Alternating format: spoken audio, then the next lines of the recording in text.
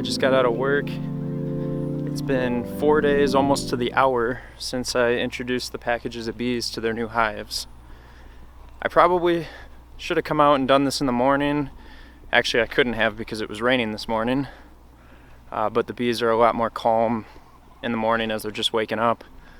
So I'm going to crack open the hives and check on our queens. Seeing as it's been 4 days, I'm hoping that they were released from their cages. If they haven't been, then I'm going to manually release them. Syrup levels looking good. Looks like we got some bees feeding right now, actually. So what I'm going to do is remove this top feeder, and then that'll gain me access to the inside of the brood box on the bottom here, where the queen is located. Give you guys a quick peek of what it looks like in here. Looks like they're going to town on our pollen patty that we put in when we introduced them. This is our queen cell right here, our queen cage, excuse me. So I'm going to pop this out and verify that she's been released. And if all went as planned, she should be.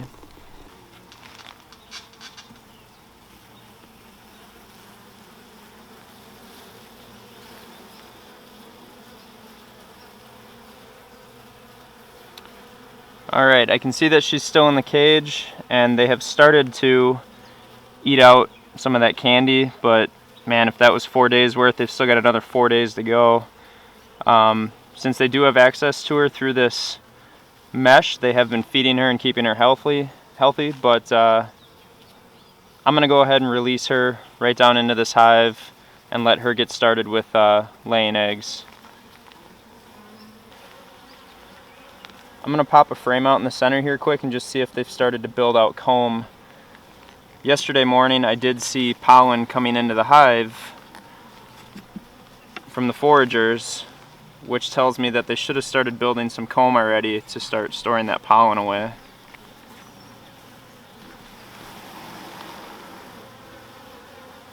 Oh yeah.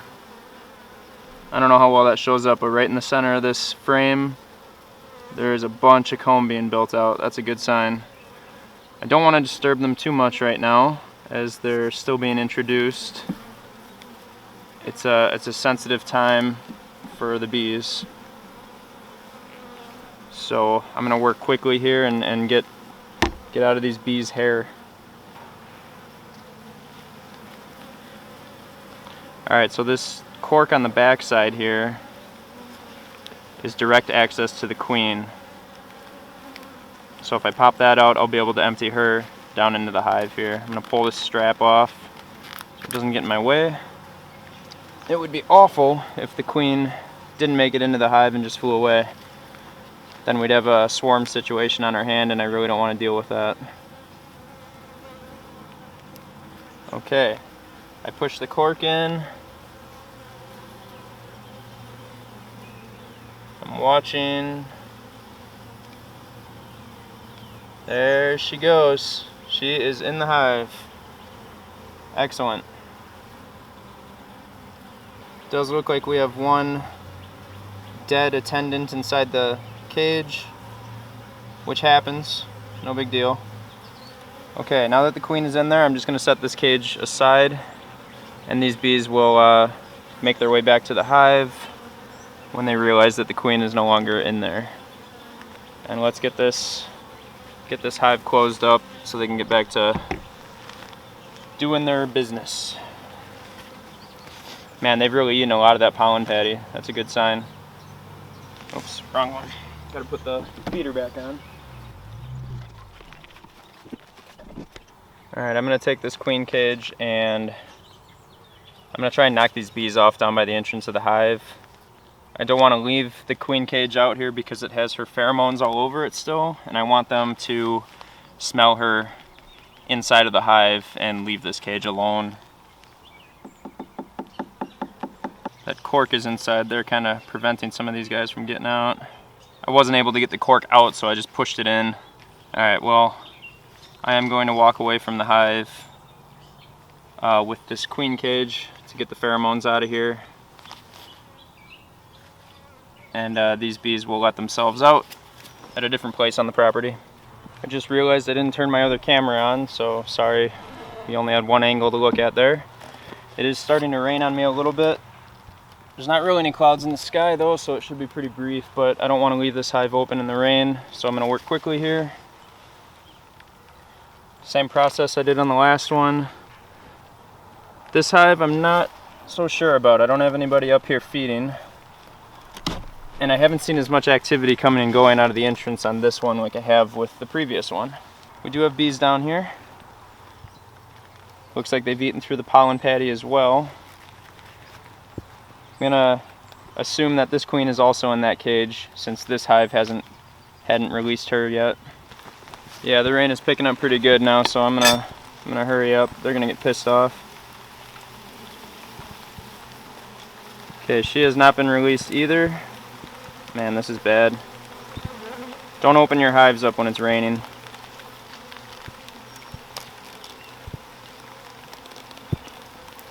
Alright, got that strap off. Let's get this queen into this hive.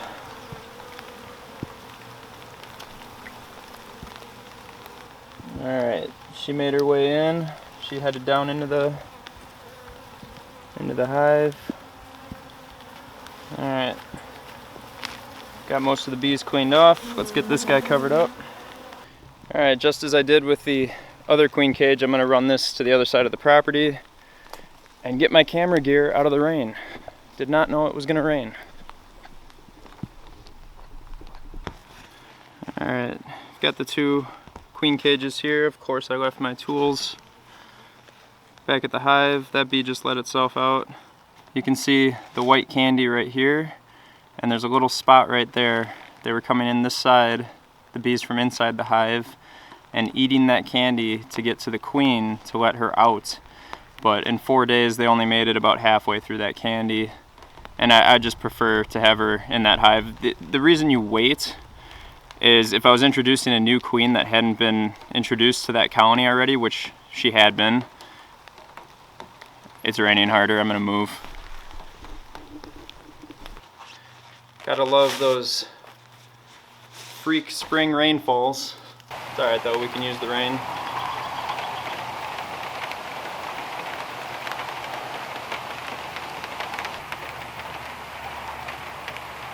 If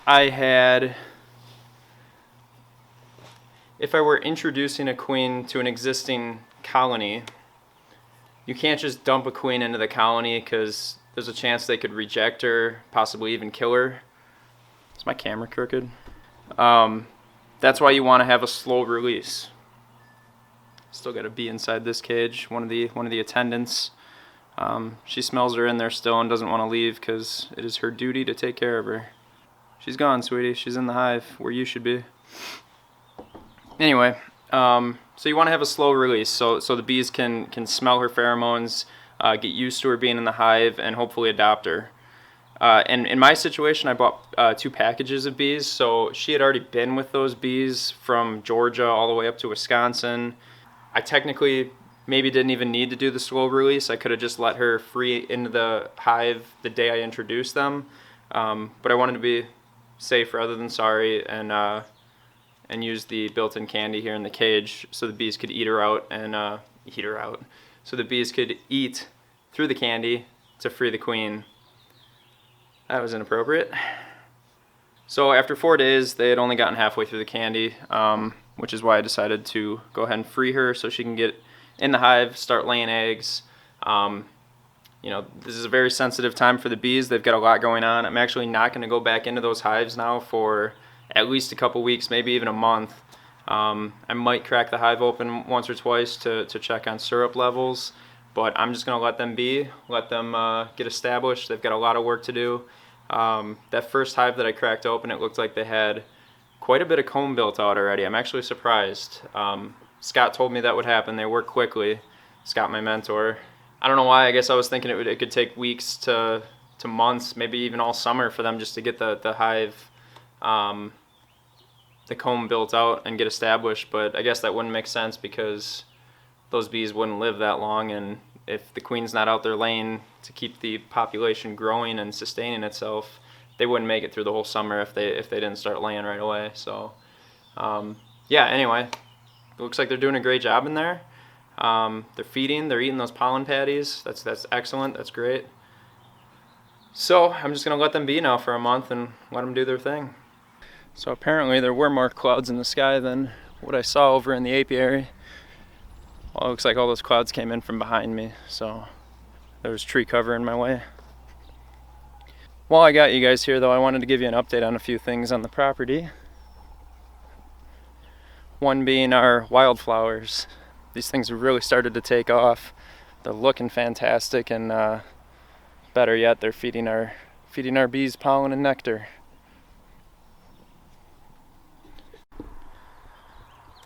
This is a perennial wildflower mix I picked up from Eden Brothers. I do have a link in the description if you're interested in getting some seed for yourself.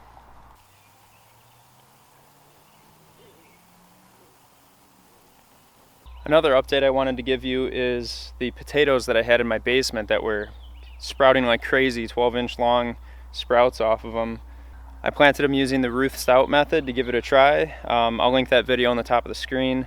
It looks like we've got some potatoes sprouting now, which is pretty exciting. Another thing I wanted to share is our elderberry cuttings. It looks like every single cutting that I put in here has new growth on it. From what I understand, these cuttings will grow pretty quickly, so it's just a matter of time before we've got some pretty large bushes back here. Unfortunately, along with our elderberries, we also have burdock, which, if you don't know what burdock is, anytime you go out in the woods, you come out with those little burrs all over you. That's burdock. It's got a really deep root system and it can be quite invasive. It's kind of a pain in the butt to get rid of. There are some medicinal properties to the roots, so you could utilize them for that if you wanted to. Fortunately, burdock is a biannual, which means the first year it just puts on really big leaf growth, almost looks like a big hosta. But the second year it'll put up flowers, and the flowers turn into those burrs. So if you can get to it in that first year before it goes to flower in the second year, your chances of it spreading are greatly reduced. So yeah, that's just a quick update on some of the things taking place here on the property. Hopefully our bees do well over the coming month, and after the month has passed, we'll crack the hives open and take a look at what they've done. Hopefully we'll see a lot of new larvae and maybe even some honey storage. Once we see that and signs that they're filling out the bottom brood box with larvae and pollen, nectar, honey, then we will expand and put a second box on top of that so they can grow upward. You don't want to do that box too early because they won't fill out that bottom box. They'll just start going right up, and you kind of want them to utilize all that space that you've got there for them and start filling out all the frames. So hopefully in a month we're looking pretty good, and we can add a second box to there. And I'm only going to run 2 brood boxes. After that there'll be honey supers, so there'll be 2 brood boxes, a queen excluder, and then honey supers. So the workers will be able to fit through that excluder and start storing away honey in the supers, but the queen won't be able to get up in there and lay eggs. And that is what the beekeeper, myself, will be able to harvest honey from. So I think that's going to wrap this video up. I'm going to go make dinner and take care of some other chores. So I'll catch you guys on the next video. Take care.